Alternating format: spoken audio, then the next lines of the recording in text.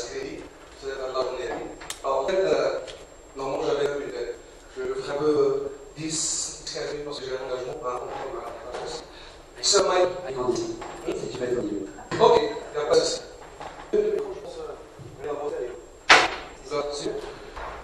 En fait, je suis Badr Wali, entrepreneur de l'IT série. J'ai fondé ma première startup il y a 3 ans.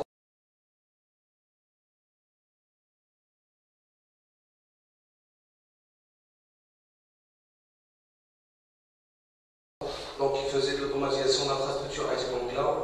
Après, j'ai pris la direction de Office, qui est un centre de formation accès Java. Et tout mon entrepreneuriat aujourd'hui, c'est vraiment pour valoriser les talents en IT, mais principalement les développeurs. Parce que, enfin, en faisant une carrière, j'ai des exercices. Moi, je suis ingénieur d'État d'école de et quand je suis sorti de l'école, par quelqu'un qui est très passionné par le code. Donc, j'étais vraiment développeur. Et j'étais devenu chef de projet comme ça. La valeur normale, comment un jeune développeur qui est passionné, qui fait bien son travail. Donc, j'étais devenu chef de projet. Et après, franchement, j'ai pas kiffé. Moi, je suis développeur, j'ai pas aimé. Et du coup, j'ai découvert cette réalité, ce paradoxe au Maroc. Enfin, si on va prendre dans la carrière, il faut être chef de projet. Moi, j'ai une idée pour nettoyer le centre de développeur et puis j'ai tracé ma carrière, mon expertise. Jusqu'au moment où je deviens expert international chez Saponfo, qui était en dernier jour, et je pilote des architectes du monde. Saponfo, c'est une entreprise qui s'intéresse à la sécurité citoyenne. C'est le numéro 1 en termes de biométrie, de reconnaissance faciale, enfin, tout. C'est vraiment ça, la sécurité. Il faut passer par les frontières, tout ce qui est border control, tout ce qui est vérification des empreintes et tout ça, c'est fait par cette société-là. Et du coup, le métier est critique. Moi, j'ai vraiment tracé ma carrière dans l'expertise de cette entreprise qui m'a valorisé, jusqu'au moment où je deviens expert au monde international au sein du groupe.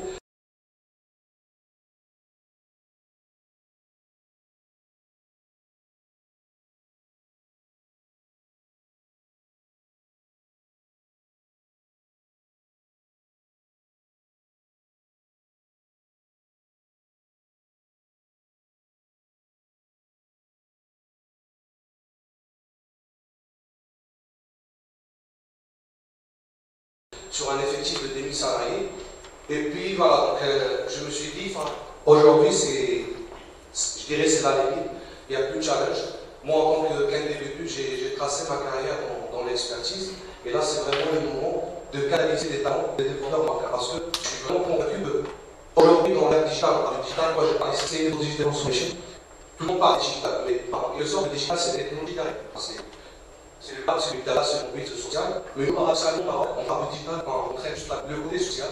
Avec ce cas, c'est un stade digital. Quelqu'un qui joue avec Facebook, c'est un stade digital, alors c'est pas. Et l'idée, c'est que je suis convaincu que le plus gros challenge, c'est les entreprises ici, elles sont d'accord avec moi. Le plus gros challenge, c'est dans l'ère digitale, c'est pas des congés quelqu'un, mais c'est de trouver des bons talents capables de trouver des filles. D'accord. Et entre parenthèses, j'ai fait beaucoup de travail à l'international. J'ai créé le Moro Java Group en 2009. C'est un groupe utilisateur Java. Parce que j'étais passionné par là-bas, jusqu'au moment où je devais cette année champion Java international. Donc après, ils sont un champion au monde et 2 en Afrique. Donc je suis le premier en Europe et le deuxième en Afrique après l'Égypte. Et je ne sais pas si vous avez.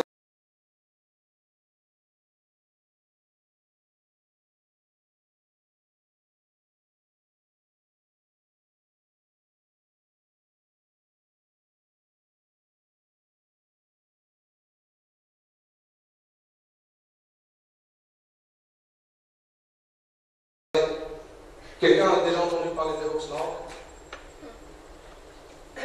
Cool. So, DevOps Nord, en fait, c'est juste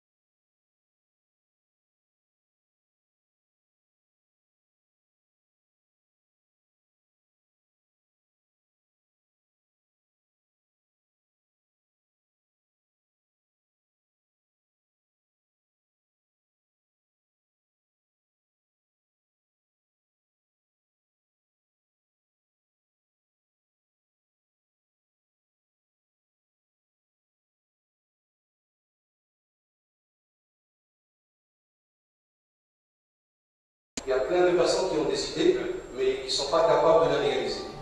Faute de ressources et d'éducation du marché. Parce qu'on va, par rapport à ça, il n'y a pas une éducation. La majorité des jeunes ils disent pas.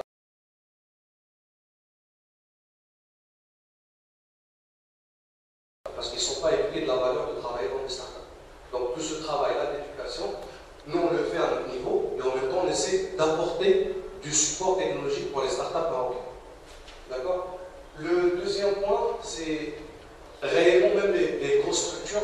Enfin, le paradoxe qu'il y a au Maroc, c'est qu'il y a peu de sites d'offshoring et en même temps un offshoring qui est orienté vers c'est des centres de coûts et ce n'est pas des centres d'excellence. Parce que moi j'ai travaillé beaucoup dans l'offshore et je sais ce que ça vaut. Et pour nous, en fait, c'est en quelque sorte qu'on essaie aussi de travailler avec ces grosses structures-là pour valoriser l'expertise des centres un peu RR. Une vraie expertise. D'ailleurs, enfin, le fait d'entrer de l'Evox pour une première en Afrique au Proche-Orient, c'est ça de reconnaissance de notre expertise au Maroc, parce que c'est un événement principal d'expertise, c'est le plus grand événement d'expertise dans le monde. L'Evox, c'est la voie des développeurs.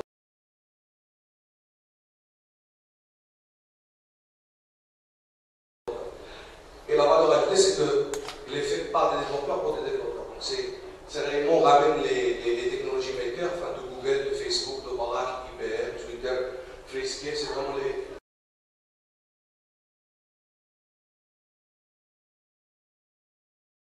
C'est que les développeurs ont en général les talents IT, c'est l'élément le plus important pour assurer une transformation digitale durable pour notre pays, pour notre continent.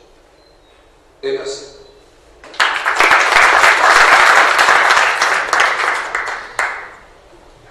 Merci d'avoir accepté notre invitation. Pour la petite histoire, en fait.